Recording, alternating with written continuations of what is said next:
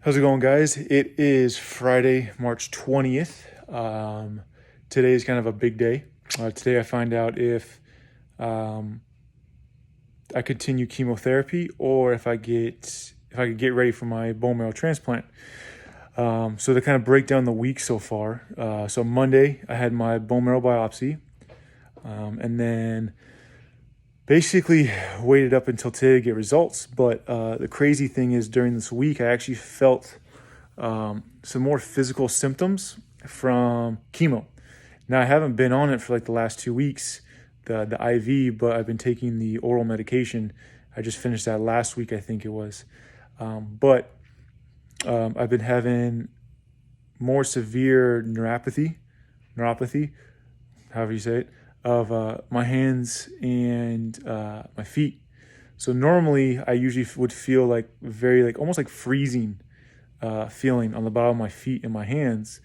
Well, now with my hands, what will happen is if I put my hand kind of, like this, my left finger will actually start to straighten out and then start to go over my index finger to a point where I'd actually have to try and pull it apart.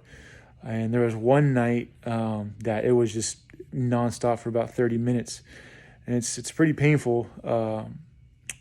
But it says it could also lead to having that. It could be from lifting things where you're constantly squeezing your hand. And I think that was the day I was doing heavy deadlifts. That happened probably on Tuesday or Wednesday. I haven't really had that symptom as of late, the last few days. But yesterday when I was squatting, my feet were so cold that when I would step back and set up, it was difficult for me to actually kind of feel the ground and actually grab the ground with my toes. And during my sets, in fact, I think the video I'm going to post today, you can see my right foot. I'm trying to kind of change my foot around just because I can't really feel, anything. It's kind of a scary feeling. Thankfully, I was able to finish my sets and finish my workout. But even throughout the night, my feet were still frozen, basically. I tried increasing the blood flow to them, and it helped out a little bit.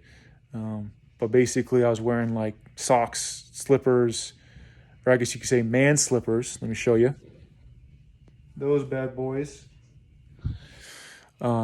So today I'm feeling good. Just waiting for that phone call for at 10:30, and we'll see what happens. So fingers crossed, and here we go. Okay, here we go. Hello. Good morning, Ben. Hey, good morning, Doc. How are you? Good. How are you doing? Good. Looking forward to this phone call since this morning. Yeah.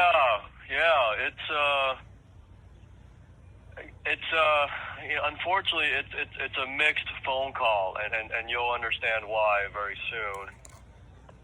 Okay. So why don't I start out with the good? The bone marrow biopsy, we only found about 7 to 8% of those multiple myeloma cells left. Okay. That's good. That's great. Otherwise, the rest of the bone marrow looked really good. And just to give you a comparison point, when we started all this in August, it was like 90 to 95% of the multiple myeloma cells. Okay, so dramatic decrease in everything. Okay. As far as the multiple myeloma labs themselves, which are the things that we've been tracking in the blood, right? Yeah. M protein's down a little bit more. It's down to 0.45 now. Okay. Your IgG is still within the normal range, even a little bit lower, and I'm starting to see your other immunoglobulins get back up, which is a good sign. Mm-hmm.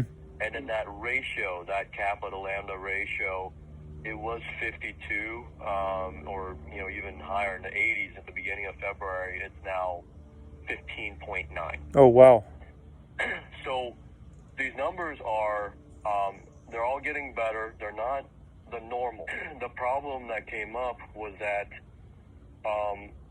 City of Hope is not doing auto transplants for multiple myeloma for 2 months because of this coronavirus thing. We then moved on to what do we do now? Because, I mean, there's still myeloma to treat. I mean, we can see that, the 7 or 8% in the bone marrow. And his suggestion is for us to continue doing the pomalidomide, which are the pills. Yeah. Continue doing the steroids. But instead of doing the Kyprolis or the carfilzomib, he wants you to get another multiple myeloma drug that you've never gotten up till this point. It's different. It's a totally different class than the shot that you had in the belly and the IVs that you've been getting currently. It's what we call an antibody. It's a drug that specifically goes after this marker that your multiple myeloma cells have.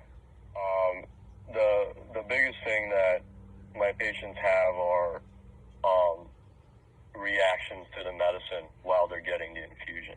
I would say that's probably the most common I've been exposed to. Is it how many? So you said weekly. How many? Is it 1 day a week, 2 days a week?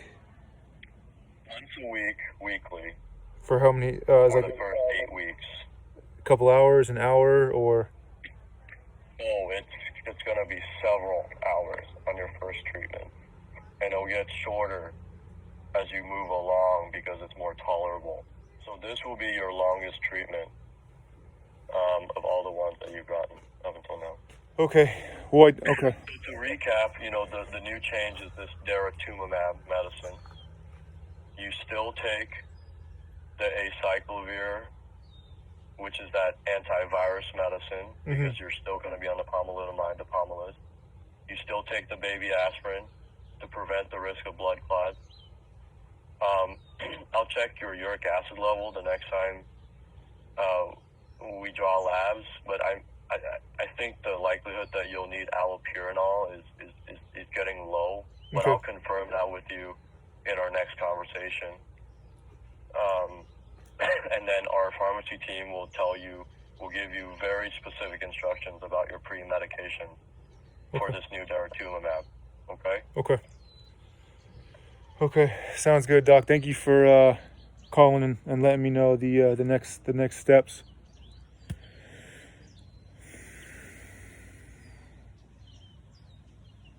It is what it is, right? Just gotta keep rolling with the punches. So I've had a few minutes to think about what Doc said to me on the phone call, and it's smart. It kind of was disappointing a little bit, knowing that I have to wait another 2 months and do more treatments, but it makes sense, especially with the coronavirus and how it's affecting people with immune systems. It's a better approach of what we're doing, waiting those 2 months, still going on treatment, and hopefully dropping those 3 main tests lower than where they're at now to prevent any rejection of my transplant when we do it. So it sucks, but it is what it is. Nothing's going to change. Every day I'm still going to do what I need to do. And just keep moving forward, keep my head up, stay positive, keep praying every day. I'm very thankful that the test did drop, especially my plasma in my bone marrow went from an 85, 95 to about 7%. Normal range is 3 to 6%. So I'm basically right there. I just want to, hurry and get to the finish line. But the biggest thing that I've learned in this journey is patience. And patience does go a long way. And, I could be frustrated, I could be upset, but really there's no point, because at the end, I'm still going to get to the finish line. It's just going to take a little bit longer than I would like. But besides that, it's a beautiful Friday. You got some clouds in the sky.